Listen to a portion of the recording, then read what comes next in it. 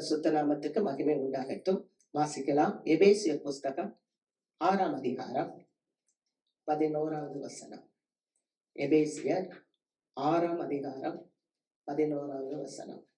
நீங்கள் பிசாசின் தந்திரங்களோடு எதிர்த்து நிற்க திராணியுள்ளவர்கள் ஆகும்படி தேவனுடைய சர்வாயுத வர்க்கத்தையும் தரித்துக் கொள்ளுங்கள். கர்த்தருக்கு மகிமை. நீங்கள் பிசாசின் தந்திரங்களோடு எதிர்த்து நிற்க திராணி உள்ளவர்கள் ஆகும்படி தேவனுடைய சர்வாயுத வர்க்கத்தை தரித்துக் கொள்ளுங்கள். அல்லேலூயா. இந்த உலகத்துல நான் ஏற்கனவே சொன்னேன், இந்த உலகம் எங்கும் இருள். இந்த இருளுக்குள்ள தேவ பிள்ளைங்க எப்படி இருக்கிறாங்களா, ஒரு மின்மினி பூச்சிகளை போல விளக்காய் சுடர் விட்டு பிரகாசித்து கொண்டு இருக்கிறாங்க. அல்லேலூயா. ஆகவே நமக்கு பவுல் ஒரு எச்சரிப்பை கொடுக்கிறார். எபேசு சபைக்கு எழுதும் போது, பிசாசின் தந்திரங்களை நாம் அறிந்து கொள்ள வேண்டும். அவன் தந்திரத்தை அறிந்து கொள்ளும் போதுதான் அவனுக்கு நம்ம என்ன பண்ண முடியும்னா ஜெயம் எடுக்க முடியும். அல்லேலூயா. பிசாசின் தந்திரங்களோடு எதிர்த்து நிற்க திராணி உள்ளவர்களாகும்படி. அப்ப நமக்கு ஒரு திராணி இருக்கணும்னா அவன் தந்திரம் என்ன அப்படின்றத நாம தெரிந்து கொள்ள வேண்டும். அல்லேலூயா. இந்த பிசாசினுடைய தந்திரம் என்ன அப்படின்னு சொன்னா, ஆதியிலேயே பாத்தீங்கன்னா, ஆதி ஆகமத்திலேயே ஃபர்ஸ்ட்லயே பாத்தீங்கன்னா, அந்த பிசாசு செஞ்ச முதல் காரியம் ஏவாள ஏமாத்தினதுதான். அப்ப பிசாசு என்ன பண்ணுவானா, நம்மளை ஏமாற்றுவான். அவன் தந்திரம் அது. அல்லேலூயா. நம்ம அதை எதிர்க்கிறதுக்கு நமக்கு என்ன வேணும்? திராணி வேணும். நம்ம ஏமாந்து போயிடக்கூடாது. ஆமென். அந்த அம்மா தனியா இருக்கிறாங்க, அதான் பிரச்சனை. அந்த அம்மா தனியா போயிட்டாங்க. அந்த அம்மா ஒன்னே கணவனோட இருந்திருக்கணும், இல்லாட்டினா கணவர் சொன்ன அந்த காரியத்தை நினைச்சிருந்திருக்கணும். ஆனா அந்த அம்மா என்ன பண்ணிட்டாங்க? சத்துரு பேசுறத கேட்டுட்டாங்க.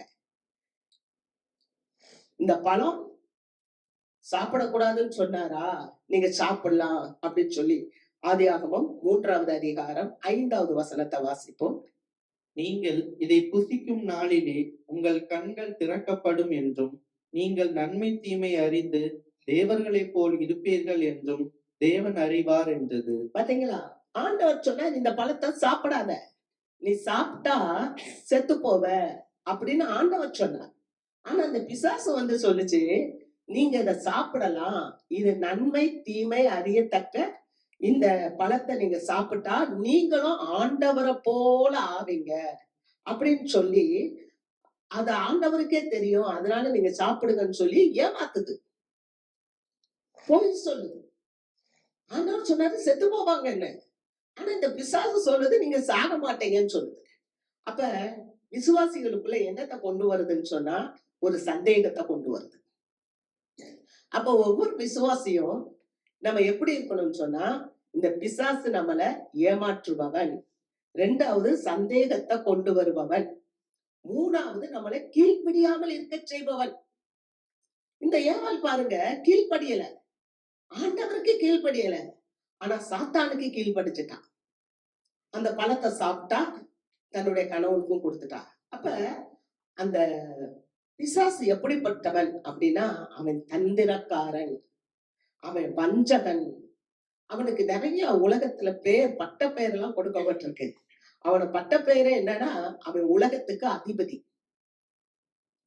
ஆண்டவர் சொல்றாரு ஒரு இடத்துல, அவர் பிரசங்கம் பண்ணிக்கிட்டே இருக்கிறாரு, பிசாசு வர்றான். அப்ப ஆண்டவர் சொல்றாரு, இதோ இந்த உலகத்துக்கு அதிபதி வருகிறான், அவனுக்கு என்னிடத்துல ஒன்றும் இல்லை. அல்லேலூயா. அப்ப அவன் உலகத்துக்கே அதிபதினு தன்னை சொல்லிக் கொள்ளுகிறவன். உங்களுக்கு இப்ப எல்லாம் தெரியும், அந்த காலத்துல இருந்த மாதிரி எல்லாம் இல்ல. இன்னைக்கு எல்லாமே ஆகாரத்துல இருந்து ஆடைகள்ல இருந்து எல்லாமே மாறிக்கொண்டு வருகிறது. இந்த மாற்றம் எல்லாம் ஒரு நன்மையை கொண்டு வருதா அப்படின்னு சொன்னா நன்மையை கொண்டு வரல. இன்னைக்கு பிள்ளைங்க எல்லாம் பீஸா பர்கர் அப்படிலாம் சாப்பிடுறாங்க. அது சரீரத்துக்கு சுகத்தை கொடுக்குதா? இல்ல. ஆனா அத நாகரிகம், அது ரொம்ப ஸ்டைலு, விரும்புறாங்க, அதை விரும்புறாங்க, அட்ராக்ஷன். ஏன்னா அந்த பழம் பாக்குறதுக்கு எப்படி இருந்துச்சான், புசிக்கிறதுக்கு டேஸ்டா கவர்ச்சியா, அது வந்து இச்சிக்கப்படத்தக்கதா இருக்கு. அப்ப இன்னைக்கு இந்த வேர்ல்டு, இந்த உலகம் இச்சிக்கப்பட ஒரு கவர்ச்சிகரமான காரியங்கள்ல போயிட்டு இருக்கு. அப்ப இத தேவ பிள்ளைக உணர்ந்து கொள்ள வேண்டும். பிசாசின் தந்திரங்களை நம்ம முதல்ல தெரியணும். அப்பதான் நமக்கு எதிர்க்க திராணி கிடைக்கும்.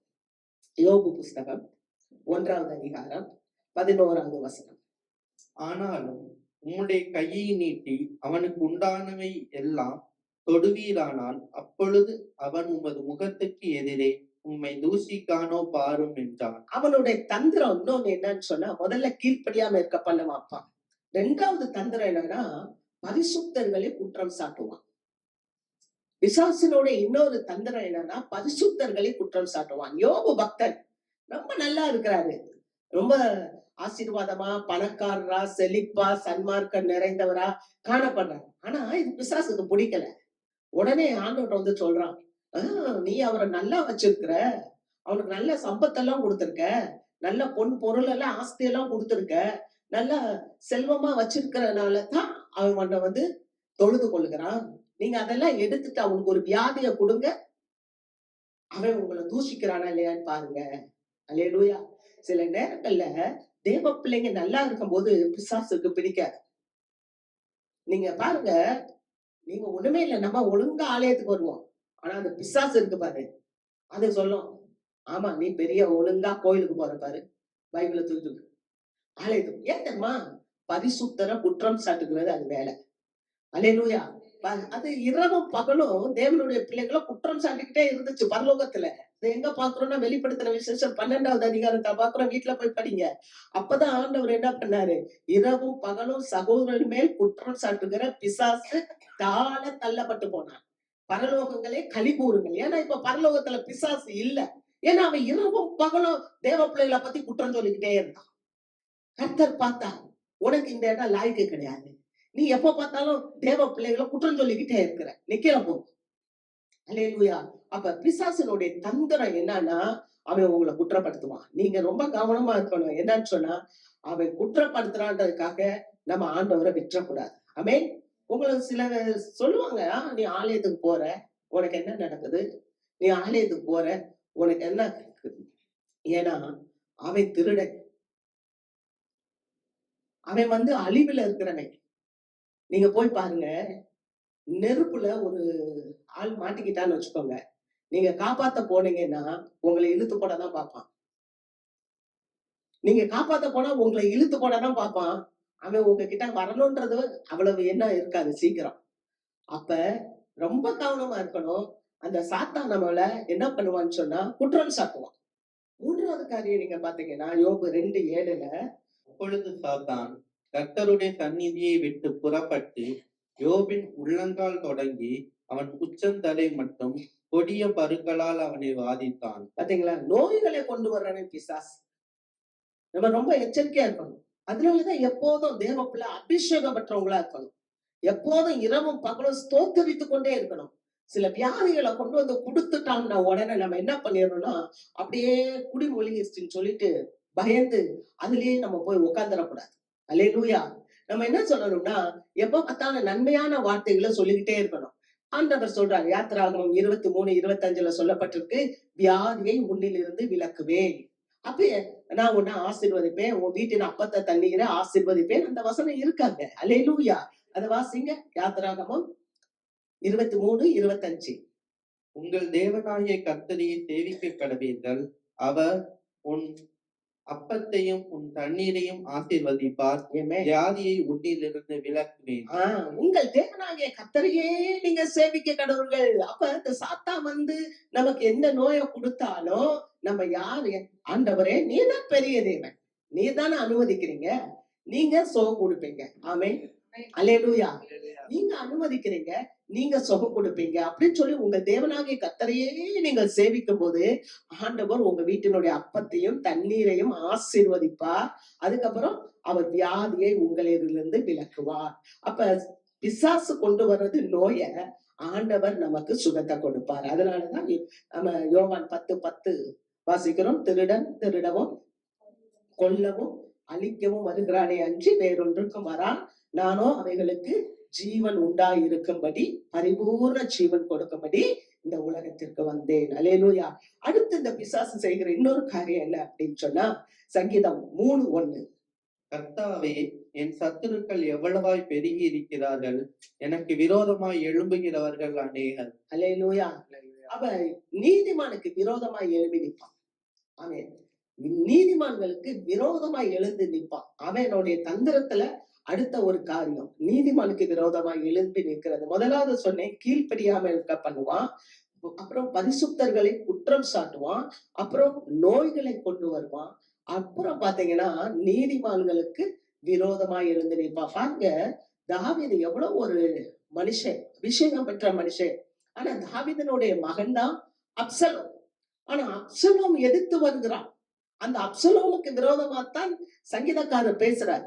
ஆண்டவரே, என் சத்துருக்கள் எவ்வளவாய் பெருகி இருக்கிறார்கள், எனக்கு விரோதமாய் எழும்புகிறவர்கள் அநேகர். ஏன்னா மகன்காரன் எந்திரிச்சிட்டான். நாட்டை பிடிக்கணும், தேசத்தை பிடிக்கணும், அப்பாவை பிடிச்சு கொண்டுறணும் அப்படின்னு நினைச்சு பதவி ஆசைப்பட்டு அந்த சாத்தான் என்ன பண்ணிட்டான், மகனுக்குள்ள வந்துட்டான்.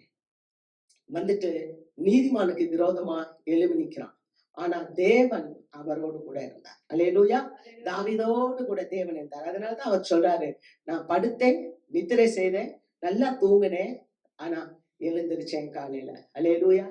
சத்துருக்களுக்கு முன்னால தூங்க முடியுமா? அப்ப தேவனுடைய பாதுகாப்பு தேவ பிள்ளைக்கு இருக்கு. ஆமே. அப்ப நம்ம இனம் கண்டு அதற்காக செபிக்கணும் எப்போதும். நீங்க நல்லா புரிஞ்சுக்கிடணும். உங்களுக்கு விரோதமா எந்திரிச்சு நிப்பாங்க. அடுத்து பாருங்க, அவன் என்ன செய்வானா, ஆண்டவரையே சோதித்தான். ஆண்டவரே சோதித்தான். மத்தேயு புஸ்தகம் 4வது அதிகாரம் நம்ம 4வது வசனத்துல எல்லாம் வாசிக்கும் போது, அவன் பேரே அவனுக்கு சோதனைக்காரன். அவன் சோதனைக்காரன். அப்ப நம்ம பிசாசினுடைய அந்த வல்லமையை அறிந்து கொள்ள வேண்டும். ஆமே. அவன் தந்திரத்தை நம்ம அறிந்து கொள்ளும் போதுதான் அவனுக்கு விரோதமா நம்மளால எதிர்த்து நிற்க முடியும். கர்த்தருக்கு மகிமை. அவன் சோதனைக்காரன். ஆண்டவராக இயேசு கிறிஸ்துவே வந்து சோதிச்சான்.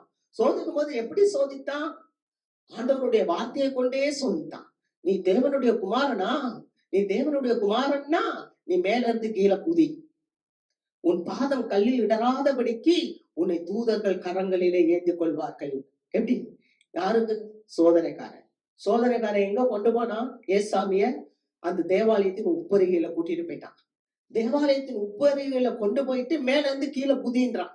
நீங்க நல்லா கவனிச்சுக்கோங்க. மேல கூட்டிட்டு போனான்ல, இயேசுவானவரை மேல கூட்டிட்டு போனான்ல, கீழே தள்ளிவிட முடியல. அல்லேலூயா. நம்ம தேவ பிள்ளைகளுக்குள்ள தேவனுடைய பவர் எப்போதும் இருக்கணும். ஆமே. அல்லேலூயா. அந்த தேவனுடைய பவர் தான் பின்னால சொல்லப்பட்டிருக்கு, சர்வாயுத வர்க்கம். இந்த சர்வாயுத வர்க்கம் ஒவ்வொரு விசுவாசிக்குள்ள இருந்தா வேதம் சொல்லுகிறது, உன்னை தொடுகிறவன் என் கண்ணின் மணியை தொடுகிறான். ஆமே. அல்லேலூயா. அந்த சர்வாயுத வர்க்கம்ன்றது நம்ம பின்னால பாக்குறோம். அதை நம்ம பிடிச்சு கொள்ளும் போது தேவன் நம்மளை எல்லா தீங்குக்கும் விலக்கி காப்பார். அடுத்து அவனுடைய வேலை என்ன? அந்த பிசாசனுடைய தந்திரம் என்னன்னா, நல்ல விதைய பூரம் பொறுக்கிடுவான். வாசிக்கலாம், மத்தேயு 13:19. ஒருவன் ராஜ்யத்தின் வசனத்தை கேட்டும் உணராதிருக்கும் போது பொல்லாங்கன் வந்து அவன் இருதயத்தில் விதைக்கப்பட்டதை பறித்து கொள்கிறான், அவனே வழி அருகே விதைக்கப்பட்டவன். அல்லேலூயா. ராஜ்யத்தின் வார்த்தையை கேட்கும் போது அதை உணரணும். அல்லேலூயா. தேவாலயத்துல வந்து தூங்கக்கூடாதுன்னு எதுக்கு தெரியுமா சொல்றோம்? விழிப்பாருங்கன்னு ஏன் தெரியுமா சொல்றோம்? தேவனுடைய வார்த்தையை கவனிங்கன்னு ஏன் தெரியுமா சொல்றோம்? அந்த வார்த்தையை நம்ம உணராம இருந்துட்டோம்னா அந்த பிசாசு வந்து என்ன பண்ணிடுவான், நல்ல வார்த்தைகள் எல்லாம் பொறுக்கிடுவான். நல்ல வார்த்தையை பொறுக்கி போட்டா, நல்லா யோசித்து பாருங்க, நம்ம சாப்பிடுற ஆகாரம் நம்ம ரத்தத்துல சேராட்டினா என்ன ஆகும்? ஆரோக்கியமா இருக்க முடியாது. நீங்க மருத்துவர்கிட்ட போவீங்க, நல்லா சாப்பிடுறாங்க, நல்ல ஆரோக்கியமா எல்லாம் கொடுக்குறோம், ஆகாரம், முட்டை, பால், மீட் எல்லாம் சாப்பிடுறாங்க. ஆனா சத்தே பிடிக்க மாட்டேங்குது இந்த பொண்ணுக்கு. என்ன அப்படின்னு சொன்னா, அது வயிற்றுக்குள்ள குடல் புழு இருக்கும், பூச்சி இருக்கும். அப்ப ஆகாரத்தை எல்லாம் பூச்சி சாப்பிட்டு சாப்பிட்டு படுத்துக்கிட்டு இருக்கும். அதுக்கு சத்து சேராம எலும்புருக்கியாவே இருக்கும். அப்ப காரணம் என்ன? ஒரு புழு உள்ள இருக்கு. அது மாதிரி தேவ பிள்ளைகளுடைய வாழ்க்கையில நம்ம சத்துருவுக்கு இடம் கொடுத்துட்டோம்னா வார்த்தையை கேட்க மாட்டோம், வார்த்தையில இருக்க வல்லமையை உணர மாட்டோம். வல்லமையை உணராம நம்ம வந்து தூங்கி எந்திரிச்சு போயிட்டோம்னு சொன்னா சத்துரு என்ன பண்ணிடுவான்னா போட்ட நல்ல விதைய பொறுக்கிடுவான். அப்ப நமக்கு என்னன்னா ஆவிக்குரிய வாழ்க்கையில தொய்வாகி போயிடும். அதாவது என்னன்னா டயர்ட் ஆகி போயிடும். வாழ்க்கை நமக்கு பிடிக்காம போயிடும். வாழ்க்கை நமக்கு சூனியமா காணப்படும். வாழ்க்கை நமக்கு எப்படி இருக்கும்னா நம்பிக்கை இல்லாம இருக்கும். ஆனா ஆண்டவருடைய வார்த்தையை நம்ம கேட்டு அதை உள்வாங்கும் போது அந்த வார்த்தை நமக்கு நம்பிக்கையை கொடுக்கும். அல்லேலூயா. அப்ப பிசாசினுடைய காரியம் என்னன்னா வார்த்தைய உணராதிருக்க பண்ணுகிறது. வார்த்தையினுடைய வல்லமைய அறிந்து கொள்ள விடாம இருக்கிறது. வார்த்தையினுடைய வல்லமைய புரிந்து கொள்ள விடாமல் இருக்கிறது. அதனாலதான் நான் சொல்லுவேன், உங்களுக்கு ஏதாவது சந்தேகம் இருக்கா, டவுட் இருக்கா, இந்த வார்த்தை புரியலையா, கேளுங்க. அல்லேலூயா. அப்ப கர்த்தர் நமக்கு அந்த பூஸ்ட கொடுப்பார். ஆமென். அவன் வந்து நல்ல விதைய பொறுக்கி போடுவான். பொறுக்கி போடுறவன் மட்டுமில்ல, அவன் களைகளை விதைக்கிறவன். வாசிக்கிறோம் மத்தேயு 13வது அதிகாரம் 38, 39. நிலம் உலகம் நல்ல விதை ராஜ்யத்தின் புத்திரர், களைகள் பொல்லாங்கனுடைய புத்திரர், அவைகளை விதைக்கிற சத்துரு பிசாசு, அறுப்பு உலகத்தின் முடிவு, அறுக்கிறவர்கள் தேவதூதர்கள். களைகளை விதைக்கிறவன் பிசாசு. அல்லேலூயா. நல்லா யோசித்து பாருங்க. வயல்வெளியில வேலைக்கு போகும்போது நீங்க பயிர் போய் வைப்பீங்க. ஆனா பயிரை காட்டலாம் களை எப்படி ஆகும்? வேகமா முளைக்கும் இல்லையா? களை வந்து ரொம்ப வேகமா முளைக்கும். பயிர் வந்து கொஞ்சம் குறைவா தான் வளரும். ஆனா களை வேகமா, ஏன்னா களையை விதைக்கிறவன் பிசாசு. நல்ல காரியத்தை எவ்வளவுதான் சொன்னாலும் அந்த மக்கள் கேட்கறது கொஞ்சமா தான் இருக்கும். ஆனா கெட்ட காரியத்தை வேகமா ஏத்துக்கிடுவோம். ஏன்? அது கலை. அந்த கலைகளை ஒன்னத்துக்குமே உதவாது. அந்த கலைகள் எதுக்கு? இயேசுவினுடைய வருகையின் போது அதை எல்லாத்தையும் எடுத்து அதை சுட்டரிக்கப்படுவதுதான் அதனுடைய முடிவு. நம்ம வயல்வெளிகள்ல கூட களை பறிக்க போறோம். அப்ப களை பறிச்சோம்னா அந்த களையெல்லாம் என்ன பண்ணுவாங்க? எடுத்து கொண்டு போய் ஒரு இடத்துல போட்டு எரிப்பாங்க. அது போலதான். அப்ப தீய காரியங்களை நமக்கு வந்து உள்வாங்க கூடாது. இந்த கலைகளை நம்ம என்ன பண்ணிடக்கூடாது? உள்வாங்கிடக்கூடாது. அதனாலதான் நான் சொல்லுவேன், செய்தி மாத்திரம் இல்ல, நம்ம பாக்குற டிவி நிகழ்ச்சிகள், நாடகங்கள், இதெல்லாம் வந்து கலைகள். அது வேகமா நம்ம மனசு உள்வாங்கிறோம், கிரகிச்சிரும். அதனாலதான் அதை பார்க்க கூடாது, அதை கேட்க கூடாது. ஏன்னா கலைகளை விதைக்கிறவன் பிசாசு அப்படின்னு தெளிவா இருக்கு. அப்ப நம்ம வாழ்க்கையில ஜெயம் எடுக்கணும்னா பிசாசினுடைய தந்திரம் என்ன என்பதை தேவ பிள்ளைகள் சபையார் தெரிந்து கொள்ள வேண்டும். அல்லேலூயா. இன்னும் அநேக காரியங்கள் இருக்கு நமக்கு சொல்லும் போது. பிசாசு யாருன்னா அவன் பொய் பேசுறவன், அவன் பேரே பொய்யன் அப்படின்னு இருக்கு. அடுத்து அவன் என்ன பண்ணுவான் அப்படின்னா வியாதிகளை கொண்டு வருவான். சரீரத்துல வியாதி, உள்ளத்துல சோர்வுகள், அதெல்லாம் கொண்டு வர்றது பிசாசினுடைய வேலை. வாசிக்கிறோம் மத்தேயு லூக்கா 9வது அதிகாரம் 42வது வசனம். அவன் சமீபித்து வருகையில் பிசாசு அவனை கீழே தள்ளி அலைக்கழித்தது. இயேசு அந்த அசுத்த ஆவியை அதட்டி இளைஞனை குணமாக்கி அவன் தகப்பனிடத்தில் அவனை ஒப்பு கொடுத்தார். ஹல்லேலூயா. பாத்தீங்களா? உடலையும் உள்ளத்தையும் அலைக்கழிக்குது பிசாசு. ஆண்டவர் கிட்டக்க வரும்போது அது அப்படியே அலைக்கழிச்சுச்சு. ஆண்டவர் பிசாசை துரத்தி அந்த மகனை, இளைஞனை அவங்க அப்பாட்ட ஒப்பு கொடுத்தாரு என்று பார்க்கிறோம். ஆமென். அப்ப இந்த பிசாசினுடைய இன்னொரு தந்திரம் என்னன்னா நம்மளுடைய சரீரத்தை, நம்மளுடைய உள்ளத்தை அலைக்கழிக்கும், சோர்வை கொண்டு வரும். இது அவனுடைய தந்திரம். அதனாலதான் நம்ம எப்போதும் எல்லாவற்றுக்காக பவுல் சொல்றாரு, ஸ்தோத்திரம் பண்ணிட்டே இருங்க. நீங்க ஸ்தோத்திரம் பண்ண பண்ண பண்ண உங்க கிட்ட நெருங்காத அந்த சத்துரு. அல்லேலூயா, அல்லேலூயா. கர்த்தர் நல்லவர். ஆமென். அவன் பொய்யன், அவன் முற்றிலும் ஒண்ணு சொல்லுவேன், அவன் தோற்கடிக்கப்பட்டவன். ஆமென்.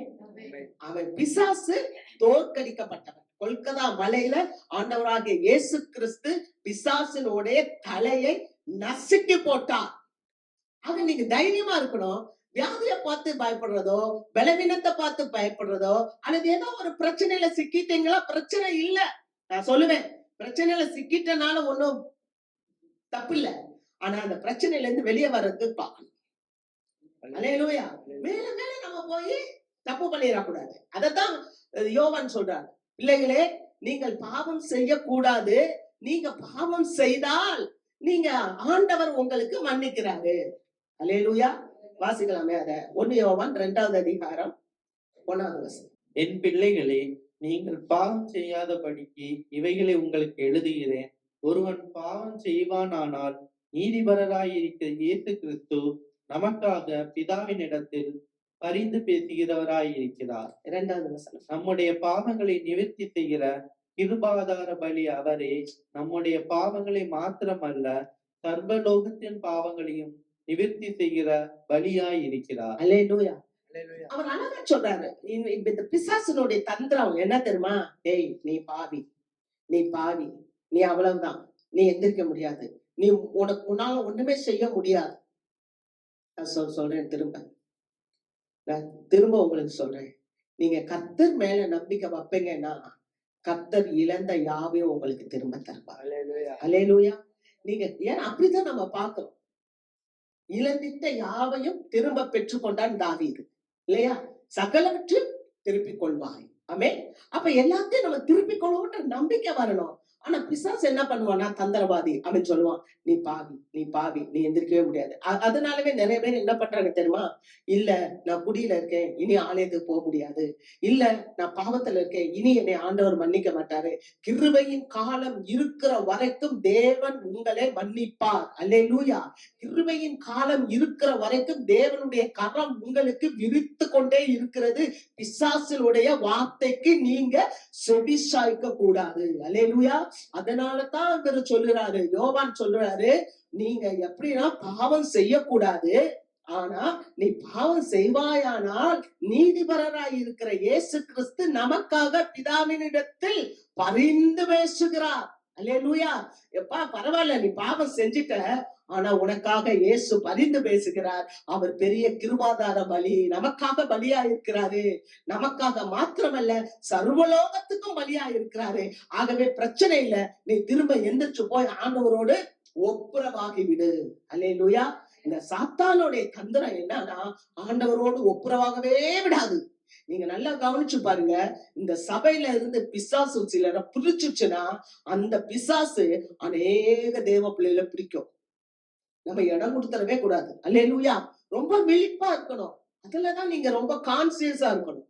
ஏன்னா ஈஸியாவே தேவ பிள்ளைகளை பிரிக்க பார்ப்பான். அது தந்திரம். அதை நீங்க பிடிச்சுக்கோங்க. ஆக இத்தனை செயல்கள் அவன்கிட்ட இருக்கு. அது மாத்திரமில்ல, அவன் வல்லமை பெற்றவன். எப்படி பெற்ற வல்லமை பெற்றவன்? முதலாவது செயல்கள். அவன் கீழ்ப்படியாம இருக்க பண்ணுவான். நீதிமானுக்கு விரோதமா எந்திரிச்சு நிற்பான்.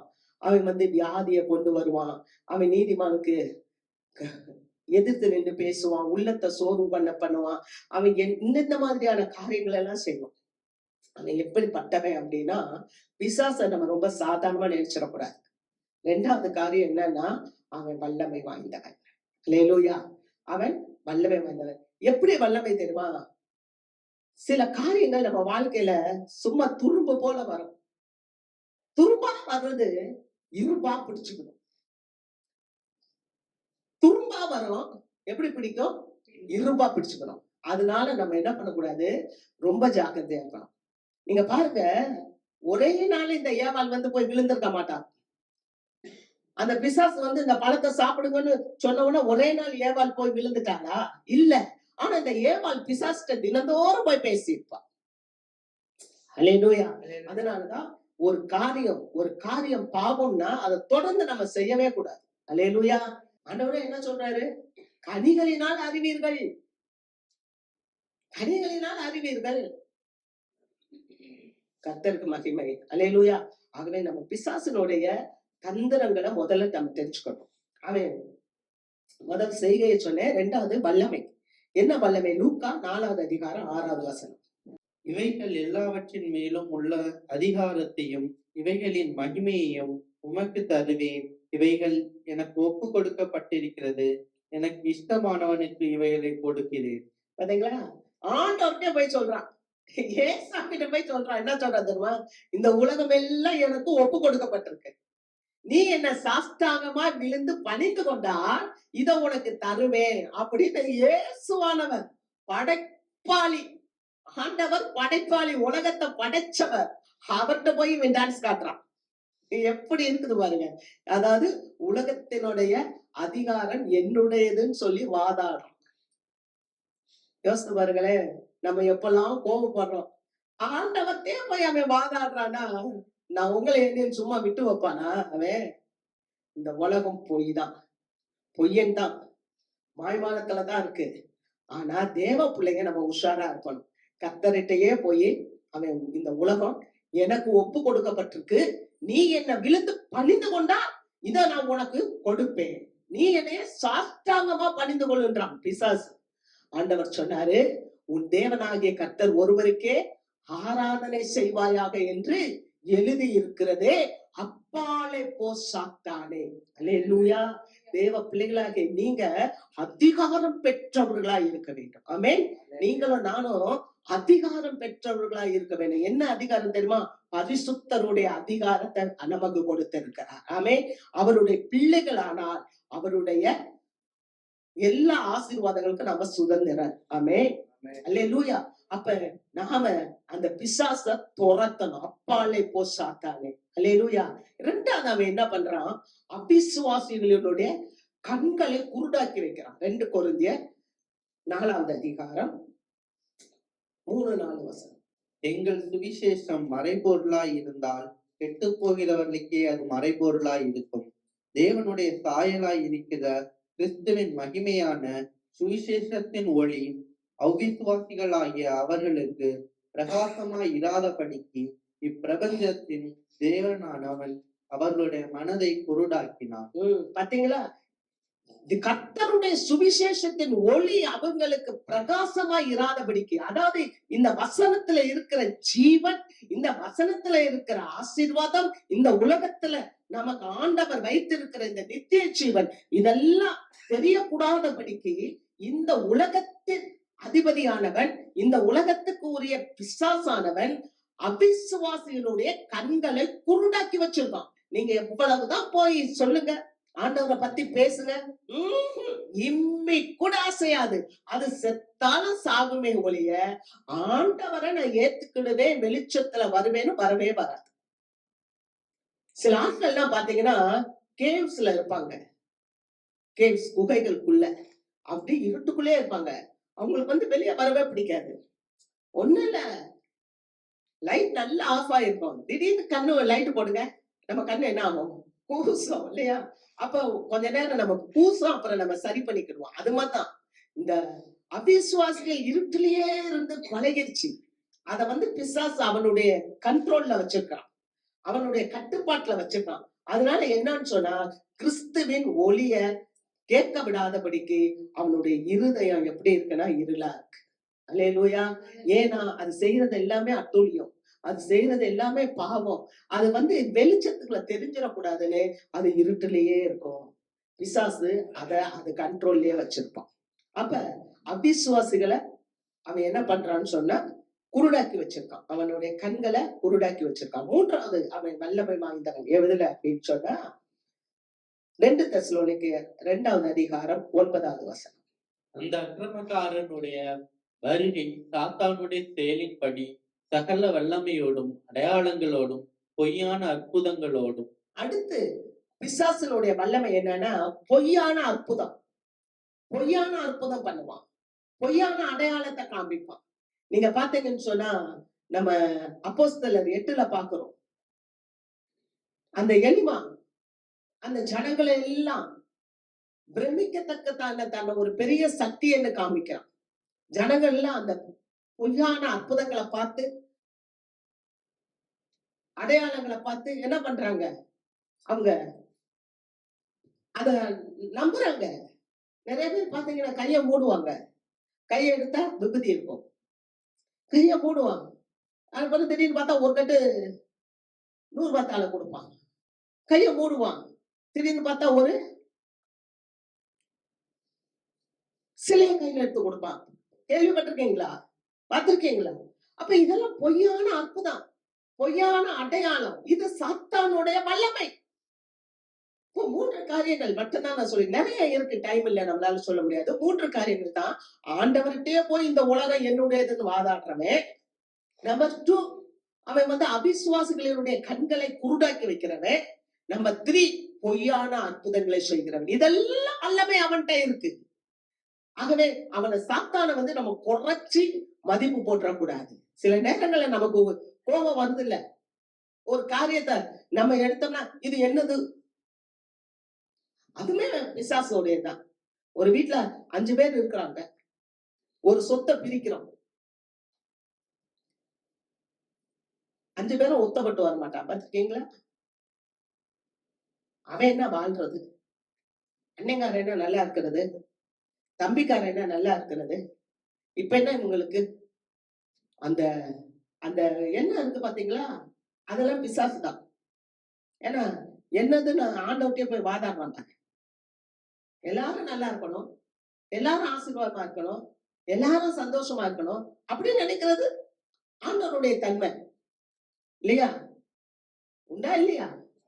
ஒருத்தனுக்கு இல்லாதவனுக்கு இருக்கிறவன் கொடுத்தா கொடு, அப்புறம் என்னத்துக்கு கிறிஸ்து? அப்ப இதுவும் உண்மை. காண்கிற சகோதரனிடத்தில் அன்பு கூறாதவன் காணாத தேவனிடத்தில் எப்படி அன்பு கூறுவான்? வாழ்க்கை எவ்வளவு காலம்? ஆண்டவர் சீக்கிரமா வர போறாரு.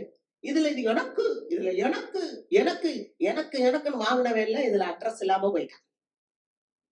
அதனாலதான் இது நல்ல தெளிவா சொல்லுது, தன்னை இழக்கிறவன் பெற்றுக்கொள்கிறான், பெற நினைக்கிறவன் இழந்து போகிறான். அல்லேலூயா. எனக்கு எனக்கு நான் அவன் சொன்னா, நான் வீட்டை கட்டுவேன், என் களஞ்சியத்தை இடிப்பேன், நான் பெருசா கட்டி எனக்கு தேவையானதெல்லாம் உள்ள சேர்த்து வச்சு, என் ஆத்துமாவே நீ பயப்படாதே, நல்லா இளைப்பாரு, நான் உனக்காக எல்லா பொருளையும் சேர்த்து வச்சிருக்கேன், அநேக நாள் நீ நல்லா புசிச்சு குடிச்சு திருப்தியா இரு அப்படின்னு நல்லா பேசிட்டு நைட்டு போய் பார்த்தான். ஆண்டவர் தூங்க விடல. தம்பினாரு, இந்த ராத்திரிப்பா, இந்த ராத்திரி உன் ஜீவன் உன்னை விட்டு போயிடுச்சுன்னா, நீ இப்ப இடிச்சு பெருசா சேர்த்து வச்சுக்க, உன் அண்ணன் தம்பிகள் எல்லாம் வஞ்சித்து, உன் அக்கா தங்கச்சிகள் எல்லாம் வஞ்சித்து, கொடுக்க வேண்டிய கஷ்டத்துல கொடுக்க வேண்டிய பொருளை கொடுக்காம ஒன்னத்துக்கும் உதவாத இந்த பொருளை நீ வச்சிட்டு இப்படி பண்றியே, இப்ப உன் ஜீவன் எடுக்கப்பட்டா நீ சேகரித்தவைகள் யாருடையதா? அல்லேலூயா. என்ன தெரியுமா, நேர பாதாளத்துக்கு தான் போவான் இல்ல, இருக்கும் போதே எல்லாரும் நல்லா இருக்கட்டும் அப்படின்னு நினைச்சா, அப்படி நினைச்சிருந்தா இன்னைக்கு இருளே இந்த உலகத்துல வந்திருக்காரு. அல்லேலூயா. கர்த்தருக்கு மகிமை. ஆக அவன் வல்லமை வாய்ந்தவன். அவனுடைய செய்கைகள் என்ன, அவனுடைய வல்லமை என்ன அப்படின்னு பார்த்தோம். இன்னும் அவனை குறிச்சு நிறைய இருக்கு. ஆனால் ஒன்று நிச்சயம், அவன் தோற்கடிக்கப்பட்டவன். அல்லேலூயா. அப்ப இதை நம்ம எப்படி மேற்கொள்ளலாம் அப்படின்னா, தேவனுடைய சர்வாயுத வர்க்கத்தை நம்ம புடிச்சு கொள்ளலாம். வேகமா நான் சொல்றேன், நீங்க கூடயே வாங்க, வாசிக்கலாம்.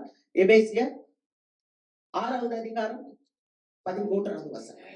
ஆகையால் தீங்கு நாளிலே அவைகளை நீங்கள் எதிர்க்கவும் சகலத்தையும் செய்து முடித்தவர்களாய் நிற்கவும் திராணியுள்ளவர்களாகும்படிக்கு தேவனுடைய சர்வாயுத வர்க்கத்தையும் எடுத்துக் கொள்ளுங்கள்.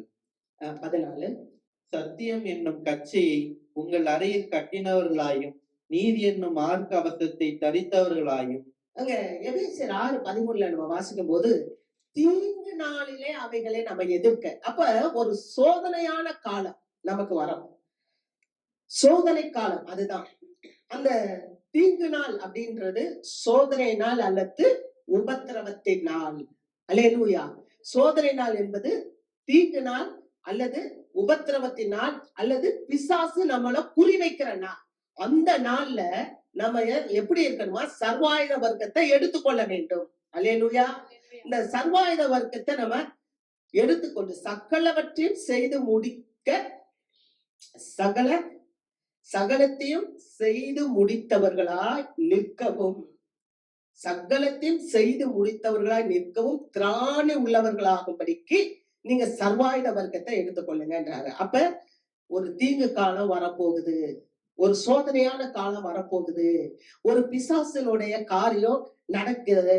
அந்த நேரத்துல நம்ம என்ன பண்ணணும்னா, நமக்குள்ள ஒரு சர்வாயுத வர்க்கம் இருக்கு, ஒரு ஆயுதத்தை ஆண்டவர் வச்சிருக்கிறாரு, அந்த ஆயுதத்தை எடுத்துக்கொள்ளணும். என்ன ஆயுதம்? முதல் ஆயுதம் 13வது வசனத்துல சொல்லப்பட்டிருக்கு, சத்தியம் என்னும் கச்சை. பாருங்க, இப்ப அந்த ரோம சோல்ஜர்ஸ் டிரெஸ் பார்த்திருப்பாங்க, நல்ல இமேஜின் பண்ணி பாருங்க, கற்பனை பண்ணி பாருங்களேன். ஒரு ராணுவ வீரன், அவன் ஒரு ட்ரெஸ் போட்டிருப்பான். அந்த காலத்துல எல்லாம் போலீஸ் எல்லாம் அரை டவுசர் தான் போட்டிருப்பாங்க. ஆனா ஒரு பெல்ட் போட்டிருப்பாங்க இடுப்புல. டவுசர்னா தொட தொடன்னு தான் இருக்கும். அந்த தொப்பி அப்படி கூம்புன மாதிரி இருக்கும். கூம்பு ஷேப் இருக்கும். நம்ம தமிழ்நாட்டுக்காரங்களுக்கு அப்படி இருக்கும். அது மாதிரி அவங்கள நீங்க ஒரு கற்பனை பண்ணி பாருங்க. நல்ல பெரிய பெல்ட் போட்டிருப்பாங்க. அந்த பெல்ட் எதுக்குன்னு சொன்னா, இவங்க போய் ஃபைட் பண்ற நேரம் டவுசர் அவுந்து விழுந்துடக்கூடாது. அல்லேலூயா. அதே மாதிரி விசுவாசிகளுக்கு நமக்கு என்னன்னா, இந்த உலகத்துல சாத்தானோட போராட்டம் உண்டு. ஆமென். இந்த உலகத்துல சாத்தானோட நமக்கு போராட்டம் இருக்கு. நன்மைக்கும் தீமைக்கும் போராட்டம் இருக்கு. அல்லேலூயா. பிறப்புக்கும் இறப்புக்கும் நடுவுல போராட்டம் இருக்கு. இப்படிப்பட்ட போராட்டத்துல நம்மளுடைய வஸ்திரம், ரட்சிப்பின் வஸ்திரம், நம்ம போட்டிருக்கிற இந்த ரட்சிப்பின் வஸ்திரம், இயேசுவானவருடைய பிள்ளை நானும் போட்டிருக்க இந்த வஸ்திரம் அவுந்துக்கலாம இருக்கு. நம்ம ஒரு பெல்ட் போட்டிருக்கோம். அந்த பெல்ட் தான் சத்தியம். அல்லேலூயா. அப்ப சத்தியம் என்னும் கச்சையை வாசிங்க. சத்தியம் என்னும் கச்சையை உங்கள் அறைகளில் கட்டி. அல்லேலூயா. அப்ப நம்மளுடைய இடுப்புல எப்போதும் அந்த சத்தியம் இருக்கணும். கர்த்தருக்கு ஸ்தோத்திரம். அதுதான் நம்ம உண்மை, நம்மள காப்பாற்றுகிறது, நம்மள விடுவிக்கிறது. நானே வழியும் சத்தியமும் ஜீவனுமா இருக்கிறேன் அப்படின்னு சொன்னார் இல்லையா? அந்த சத்தியம் எப்போதும் எங்க இருக்கணுமா? நம்மளுடைய அறையில் இருக்கணும். அல்லேலூயா. இரண்டாவது, நீதி என்னும் மார்க்கவசம். அல்லேலூயா. இந்த நீதி என்ற மார்க்கவசத்தை நம்ம போட்டுக்கிடணுமா? இந்த நீங்க பவுல் எழுதும் போது எப்போதுமே என்னன்னா, அவர் எப்ப பார்த்தாலும் ஜெயில இருந்த மனுஷன். பவுல் அடிக்கடி ஜெயிலுக்கு போறவர். ஜெயில எப்ப பார்த்தாலும் அந்த ரோமன் சோல்ஜர்ஸ் அவரை கையில கட்டி வச்சுக்கிட்டே இருப்பாங்க. விலங்கு போட்டு கட்டி வச்சுக்கிட்டே இருப்பாங்க. அந்த ரோம சோல்ஜரை அவர் பார்த்துக்கிட்டே இருப்பாரு. ரோம சோல்ஜர்னா அந்த ராணுவ வீரன், ரோம வீரனை பார்த்துட்டே இருப்பாங்க. அவங்க எப்படி இருப்பாங்கன்னா, தலையில ஒரு நல்ல தொப்பி வச்சிருப்பாங்க. அப்புறம் ஒரு புல்லட் ப்ரூஃப் நெஞ்சில மார்க்கவசம் போட்டிருப்பாங்க. நீதி அந்த மார்க்கவசம். அதனாலதான் அவர் சொல்றாரு, அந்த ராணுவ வீரனை பார்த்து பார்த்து இவருக்கு அந்த ஞாபகமே வந்ததுனால அவர் எழுதும் போது சொல்றாரு, அந்த ராணுவ வீரன் எப்படி ஒரு புல்லட் ப்ரூஃப் போட்டிருக்காங்க இல்லையா, அந்த புல்லட் ப்ரூஃப் மாதிரி ஒரு விசுவாசிக்கு நீதி என்ற கவசம் இருக்க வேண்டும். அல்லேலூயா. பிரைம் மினிஸ்டர்ஸ், பெரிய பெரிய ஆளுகள் நடந்து வரும்போது புல்லட் ப்ரூஃப் போட்டிருப்பாங்க. யாராவது ஷூட் பண்ண உள்ள போகாது.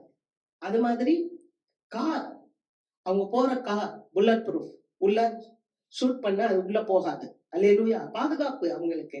அது மாதிரி நம்ம என்னுடைய இருதயம் முன்னால நீதி என்ற மார்க்கவசத்தால போட்டிருக்க வேண்டும். அல்லேலூயா. அதுதான் அவர் சொல்றார். ரெண்டாவது நமக்கு ரொம்ப முக்கியமான ஒரு மார்க்கவசம் என்னன்னா, நீதிமான். நம்ம நீதியா இருக்கணும். ஏன்னா வேதம் சொல்லுது, நீதிமான் அசைக்கப்படுவதில்லை. அல்லேலூயா. நான் தெளிவா சொல்றேன், உண்மையா சொல்றேன். நீதிமானுக்கு வரும் சோதனை ஏராளமா இருக்கும். ஆனா ஒண்ணுலயும் தேவன் அவனை விடமாட்டார். அல்லேலூயா. அவன் தேவன் தூக்கி இருப்பார். அல்லேலூயா. யோபு குறிச்சு பார்க்க, யோபு எவ்வளவு பெரிய நீதிமான். அவருக்கு எவ்வளவு சோதனைகள் வந்தது. ஆனால் தேவன் அவரை ஆசீர்வதித்து இரட்டிப்பான ஆசீர்வாதத்தினால் ஆசீர்வதித்தார். அல்லேலூயா. அவனுடைய முன்னிலைமை காட்டிலும் பின்னிலைமை இரட்டிப்பான ஆசீர்வாதமா இருந்ததுன்னு பாக்குறோம். ஆமென்.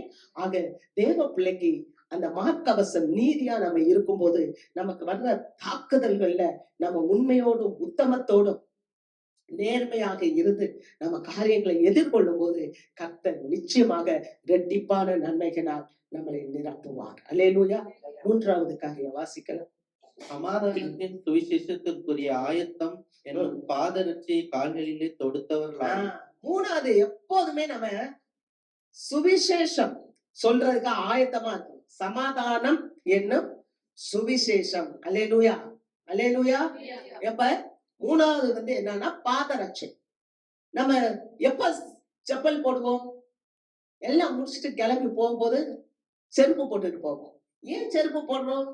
முள்ளு குத்திடக்கூடாது, கல்லு குத்திடக்கூடாது, இடறி விழுந்துடக்கூடாது, நம்ம இல்லையா, கல்லு தட்டி விழுந்துடக்கூடாது. அதுக்காக செப்பல் போடுவோம். அது மாதிரி தேவ பிள்ளைங்க எப்போதும் நமக்கு ஒரு ஆயுதம் என்னன்னு சொன்னா, அது சுவிசேஷம், பாதரட்சை. சுவிசேஷத்துக்குரிய பாதரட்சை. பாத்தீங்களா? அது என்னன்னா சமாதானம். சமாதானம் என்ற சுவிசேஷத்தில் பாதரட்சை. கர்த்தருக்கு ஸ்தோத்திரம். இது என்னத்துக்கு நான் சொன்னா, நம்ம ஏன் இத நம்ம அணிய வேணும்னா, நம்ம இடறி விழாமல் இருக்க. நீங்க இடறி விழாம இருக்கணும்னு சொன்னா, நீங்க ஆண்டவர பத்தி பேசணும். அல்லேலூயா, அல்லேலூயா. ஆமா, சபைக்கு அது கொடுக்கப்பட்டிருக்க ஒரு பொறுப்பு. அதனாலதான் ஆண்டவர் சொல்றாரு. என்ன சொல்றாரு? 7 வார்த்தைகள் பேசும்போது ஆண்டவர் சொல்றார், இதோ நான் தாகமா இருக்கிறேன். நீங்க நினைச்சுக்க கூடாது, வானத்தையும் பூமியை உண்டாக்கின தேவன், சமுத்திரத்தை எல்லாம் உண்டாக்கின தேவன் நிஜமாவே அவருக்கு தண்ணி தாகமா இருக்குன்னு நினைச்சுக்கிட கூடாது. அவர் காரணமே, அவர் தாகமே அந்த ஆத்தும தாகம் தான். அல்லேலூயா. அவர் உலகத்தையே படைச்ச அந்த சர்வேஸ்வரன், அந்த சராசரங்களை படைத்த அந்த அகில உலகத்தை உண்டாக்கின அவருக்கு தண்ணி தவிக்குமா? தண்ணி தவிக்கிறது இல்ல. அவர் பட்ட பாடே நமக்காக. அப்ப அவர் என்ன சொல்றாரு? தாகமா இருக்கிறேன்னு சொன்னா ஆத்தும தாகம். அதனாலதான் அவர் சொல்றாரு, என்ன சொல்றாருன்னா, பாதரட்சை, சமாதானத்தின் சுவிசேஷத்துக்குரிய ஆயத்தம் என்னும் காலணிகளை கால்களில் அணிந்திருங்கள். நீங்க எப்போதும் அந்த இதை அணிந்திருக்கும் போது நீங்களும் இடறி விழ மாட்டீங்க. அல்லேலூயா, அல்லேலூயா. கர்த்தருக்கு மகிமை. ஆக நீங்க சுவிசேஷத்தை சபைகள் சொல்லணும். அதுதான் சர்வாயுதம் இருக்கும். நீங்க வெளியில போய் பார்க்கவே மாட்டேன்றீங்க. நீங்க வெளியில போய் பிரச்சனைகளை பாருங்க. சும்மா வெளியில மக்கள் நல்லா தெரிவாங்க. அதை குறிச்சு பார்க்காதீங்க. நீங்க உள்ள போய் அவங்கள விசாரிங்க. நீங்க அவங்க வீட்டுல போய் விசாரிங்க. பக்கத்துல இருக்கவங்கள போய் விசாரிங்க. அவங்களுடைய பலவீனம், அவங்களுடைய தேவைகள் நமக்கு தெரிய வரும். அப்பதான் தெரியும் எவ்வளவோ கர்த்தர் நம்மளை மேன்மையா வச்சிருக்கிறாரு. இவங்களுக்கும் நம்ம அந்த கர்த்தரை சொல்ல வேண்டும். அல்லேலூயா. அப்ப நாமளும் இடறி விழ மாட்டோம். அவங்களையும் நம்ம நீதிக்கு உட்படுத்துவோம். அல்லேலூயா. அடுத்த ஆர்ம பொல்லாங்க நீயும் அக்னி அஸ்திரங்களை எல்லாம் அவித்து போடத்தக்கதாய் எல்லாவற்றிற்கும் மேலாக விசுவாசம் என்னும் கேடகத்தை பிடித்துக் கொண்டவர்களாயும் நில்லுங்கள். அடுத்த கேடகம் என்னன்னு சொன்னா விசுவாசம். அல்லேலூயா. 4வது ஆயுதம் விசுவாசம். விசுவாசம் என்னும் கேடயத்தை பிடித்துக் கொண்டவர்களாய் இருங்கள். இது என்னன்னா பொல்லாங்கன் எங்கேயும் அக்னி ஆஸ்திரம். பொல்லாங்கன் பிசாசு, சத்துரு, உங்க எதிராளி ஒருத்தன் தான், வேற யாருமே இல்ல. அந்த ஒருத்தன் உங்க மேல எரிந்துகிட்டே இருப்பான். நம்ம ஏற்கனவே பார்த்தோம் இல்லையா? உங்க மேல குற்றம் சாட்டுவான், மனச்சோர்வை கொண்டு வருவான், பயத்தை கொண்டு வருவான், திகில கொண்டு வருவான். அவ்வளவுதான், உன்னால எந்திரிக்கவே முடியாது, போயிடுச்சு, நீ மூழ்கி தருவான். எத்தனையோ பேர் கடல் கடியிலே போயிட்டு எந்திரிச்சு வந்துருக்கான். அல்லேலூயா. ஆக நமக்கு என்ன வேணும் அப்படின்னு சொன்னா விசுவாசம் என்ற கேடயம். இந்த இந்த ஆயுதம் ரொம்ப முக்கியமான ஆயுதம். அல்லேலூயா. இந்த விசுவாசம் என்ற ஆயுதம். அதனாலதான் பவுல் சொல்றாரு 2 கொரிந்தியர் 10வது அதிகாரத்துல, எங்களுடைய போராயுதங்கள் மாம்சத்துக்கு ஏற்றவர்களா இராதபடிக்கு அரண்களை நிர்மூலமாக்குகிறதற்கு தேவன் பலமுள்ளவைகளாய் இருக்கிறதுன்னு சொல்றார். அல்லேலூயா. 2 கொரிந்தியர் 10வது அதிகாரம் 4வது வசனத்துல இதை வாசிக்கிறோம். அப்ப நமக்கு ஒரு போராயுதம் இருக்கு. அந்த போராயுதம் என்னன்னு சொன்னா நம்மள அது பாதுகாக்கிறது, அரண்களை நிர்மூலமாக்குகிறது. அல்லேலூயா. எதெல்லாம் உங்களை தடை செய்து ஒரு அரண் மாதிரி, ஒரு கோட்டை மாதிரி உங்களை முன்னேற விடாம இருக்கிறதோ அதெல்லாம் தகர்க்கிறதுக்கு விசுவாசம் தேவை. சும்மா வாங்க. யோசுவா அப்படியே போறாரு, எரிகோவை போய் பிடிச்சு கொடுப்பா. ஆண்டவர் சொல்லிட்டாரு, இந்த தேசத்தெல்லாம் மக்களுக்கு பங்கிட்டு கொடுக்கும் போது யோர்தானை தாண்டி போனோடனே எரிகோ நிக்குது. என்ன பண்ணாங்க? 7 நாள் சுத்தி வந்தாங்க. துதி எடுத்தால் சாத்தான் ஓடுவான். அல்லேலூயா. நீங்க விசுவாசத்தோட துதி எடுங்க, சாத்தான் ஓடுவான். 7 நாள். ஒரு நாள் நான் உட்கார்ந்து பேசிட்டு இருந்தேன், ஒரு 15 வருஷத்துக்கு முன்னால. அப்போ ஒரு நபர் என்கிட்ட பேசுறாரு. ஏங்க போன்ல சொல்றாரு, நீங்க இஸ்ரேல் போயிருக்கீங்களா? போனது இல்லை அப்படின்னு. நீங்க போயிருக்கணும், எருசலேம் மதில் பார்த்திருக்கணும். அந்த அலங்கம், அந்த எரிகோ அலங்கம் சொல்லுவாங்க. அந்த அலங்கம் எவ்வளவு பெருசு தெரியுமாங்க? புல்டோசர் வச்சு உடைக்கிறது கூட முடியாதுங்க. அவ்வளவு பெரிய அலங்கத்தை ஜனங்க பாடி துதிச்சு சுத்தி வந்தாங்க 7 நாள். 7வது நாள் எல்லாரும் சேர்ந்து ஆர்ப்பரித்தார்கள், அப்படியே இடிஞ்சு விழுந்துச்சுங்க. அவர் சொல்றார், இன்னைக்கும் அதை நான் நினைச்சு பாக்குறேன். அந்த அலங்கத்தின் மேலதான் ஒரு அம்மா வேசி ராகாப் வீடு இருக்கு. ஆனா அந்த அம்மா ஒற்றன்களை காப்பாத்திட்டா. யோசுவா அனுப்புன வேவுக்காரர்களை அந்த நாட்டினுடைய அரசன்ட்ட இருந்து காப்பாத்தி அவ வச்சிட்டனால அந்த அலங்கை எல்லாம் இடிஞ்சு விழுந்துச்சு. அவ இருந்த வீடு போய் மட்டும் நிக்குது பாருங்க. அல்லேலூயா, அல்லேலூயா. அதானங்க விசுவாசம். எல்லாமே இடிஞ்சு விழுந்துருச்சு. ஆனா அந்த அலங்கத்துல அந்த அம்மா வீடு மட்டும் இருக்குது. யோசுவா சொல்றாரு, நாங்க வருவோம், இந்த தேசத்தை பிடிக்க வருவோம், இந்த ஜன்னல்ல நீ சிவப்பு நூலை கட்டி வச்சிருங்க. அந்த ஒற்றர் சொல்லிட்டு போறான், இந்த சிவப்பு நூலை நீ கட்டி வச்சது, நாங்க வரும்போது இந்த வீட்டுல இந்த கயிறை பார்த்து உன்னை நாங்க காப்பாத்திடுறோம், உன்னை நாங்க ரெஸ்கியூ பண்ணிடுறோம், சேவ் பண்ணிடுறோம். அல்லேலூயா. அப்ப ஆண்டவராக இயேசு கிறிஸ்துவினுடைய ரத்தம் சகல பாவங்களை நீக்கி நம்மை சுத்திகரிக்கும். அப்ப அந்த சத்துருவினிடத்திலிருந்து நம்மளை பாதுகாத்து இருக்கிற அந்த தேவ வல்லமை, அந்த விசுவாசம் என்ற கேடயத்தை நம்ம பற்றி கொள்ளும் போது எல்லா தீங்குல இருந்து தேவன் நம்மளை காப்பாற்றுகிறார். அதான் விசுவாசம் என்ற கேடகம். கேடகம்னா என்ன தெரியுமா? உங்களை அப்படியே மறைச்சிடும். பிசாசுல இருந்து அப்படியே மறைச்சிடும். பிசாசு வந்து உங்களை தேடுவான். இந்த மனுஷன் எங்க தீங்கு கொடுக்கணும், கஷ்டம் கொடுக்கணும்னு வந்து தேடுவான். ஆனா இயேசு அப்படியே உங்களை ஷீல்டு பண்ணி மறைச்சு வச்சிருவார். அதான் உங்க விசுவாசம். அதனாலதான் அவர் சொல்றாரு, உங்கள் விசுவாசமே உலகத்தை ஜெயிக்கிற செயல். அதனாலதான் வசனம் சொல்லுது, உலகத்தில் இருக்கிறவர்களை காட்டிலும் உங்களிடத்தில் இருக்கிறவர் பெரியவர். அல்லேலூயா. அடுத்த ஆறுல, இரட்சண்யம் என்னும் தலை சீராவையும் தேவவசனமாகிய ஆவியின் பட்டயத்தையும் எடுத்துக் கொள்ளுங்கள். அல்லேலூயா. ரட்சிப்பு என்னும் தலைச்சீரா. அல்லேலூயா. அப்ப விசுவாசிகளுக்கு முக்கியமான தேவை என்னன்னா ரட்சிப்பு. ரட்சிப்பு. அல்லேலூயா. ரட்சிப்பு தான் உயிர் கவசம். விசுவாசிகள் எல்லாரும் எப்படி கேட்பாங்க? ரட்சிக்கப்பட்டிருக்கியா கேட்பாங்களா? கேட்க மாட்டாங்க. நல்லா கவனிங்க. விசுவாசி என்ன கேட்பாங்க? ரட்சிக்கப்பட்டிருக்கியா? நான் ரட்சிக்கப்பட்டேங்க. எப்பப்பா சொல்லுவாங்க? பெண்டிகாஸ்டல்ல 1990வது வருஷம் ஆண்டவராகிய இயேசு கிறிஸ்துவ என் சொந்த ரட்சகரா ஏற்றுக்கொண்டேன். ரைட்டு. இன்னைக்கு ரட்சிக்கப்பட்டிருக்கியா? அன்னைக்கு ரட்சிக்கப்பட்ட ஏற்றுக்கொண்டேன். அப்ப ரட்சிப்பு என்பது என்னைக்கோ பெற்றுக்கொண்டது இல்ல, நம்ம ஒவ்வொரு நாளும் நமக்கு ரட்சிப்பு உண்டு. அல்லேலூயா. ஒவ்வொரு நாளும் ரட்சிப்பு என்பது பாவத்தில் இருந்து விடுதலை, சாபத்தில் இருந்து விடுதலை, கண்ணீரில் இருந்து விடுதலை, கவலையில் இருந்து விடுதலை, வியாதியில் இருந்து விடுதலை, பேயில் இருந்து விடுதலை. அதுதான் ரட்சிப்பு. அப்ப ரட்சிப்பு நான் 90வது வருஷம் பெற்றுக்கொண்டேன்னு சொல்ல முடியாது. Day by day, day by day, day by day, till கர்த்தர் வர்ற வரைக்கும் ரட்சிப்பு உண்டு. அல்லேலூயா. அப்போ ஒரு விசுவாசி அந்த தலைக்கவசத்தை வச்சுக்கிடணும். எப்படி? ஹெல்மெட். அரசாங்கம் சட்டம் போடுது. என்ன சட்டம் போடுது? ஹெல்மெட் அணியாட்டினா 1000 ரூபாய் அபதாரம். ஏன்? ஹெல்மெட் அணியாம நீ போகும்போது எதிராப்புல வர்ற ஏதாவது ஒரு வாகனத்துல நீ மோதி கீழே விழுந்தா, தலை அடிபட்டா உடனே உயிர் போயிருது. அப்ப அரசாங்கம் சொல்லுது தலைக்கவசம் உயிர் கவசம். அல்லேலூயா. அப்ப நமக்கு ஒரு ரட்சிப்பு இருக்கு. என்னன்னு சொன்னா, நான் ஆண்டவருடைய பிள்ளை, பாவம் செய்ய மாட்டேன். நான் ஆண்டவருடைய பிள்ளை, தீயதை பார்க்க மாட்டேன். நான் ஆண்டவருடைய பிள்ளை, கெட்ட வார்த்தையை பேச மாட்டேன். நான் ஆண்டவருடைய பிள்ளை, மற்றவருக்கு விரோதமா தீங்கு நினைக்க மாட்டேன். இதெல்லாம் தான் ரட்சிப்பு. அல்லேலூயா. சரி, இப்ப இந்த 5 என்னன்னா தற்காப்பு கவசம். 5 தற்காப்பு கவசம். என்னன்னு? முதல் கவசம் சத்தியம். 2வது நீதி, நீதி என்ற மார்க்கவசம். 3வது பாதரட்சை. 4வது விசுவாசம். 5வது தலைச்சீரா.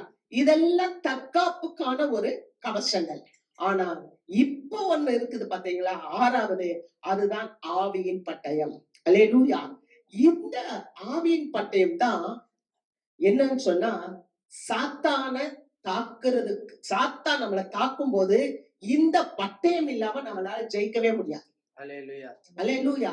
இந்த பட்டயம் இல்லாம, எந்த பட்டயம்? ஆவியின் பட்டயம். இந்த ஆவியின் பட்டயம் இல்லாம நம்ம சாத்தான ஜெயிக்கவே முடியாது. மற்றதெல்லாம் நம்ம போட்டிருக்கோம், தலையில மாட்டிருக்கோம், நெஞ்சில மாட்டியிருக்கோம், இடுப்புல மாட்டியிருக்கோம், கால்ல மாட்டியிருக்கோம், கையில விசுவாசத்தை வச்சிருக்கிறோம், கேடயத்தை வச்சிருக்கோம், எல்லாம் வச்சிருக்கோம். ஆனா நம்ம ஜெயம் எடுக்கணும்னா வார்த்தை என்ற வாள் கையில இருக்கணும். அல்லேலூயா. நல்லா கவனிச்சீங்களா? இந்த வாளை வச்சு நீங்க சாத்தான மேற்கொள்ள வேண்டும். அல்லேலூயா.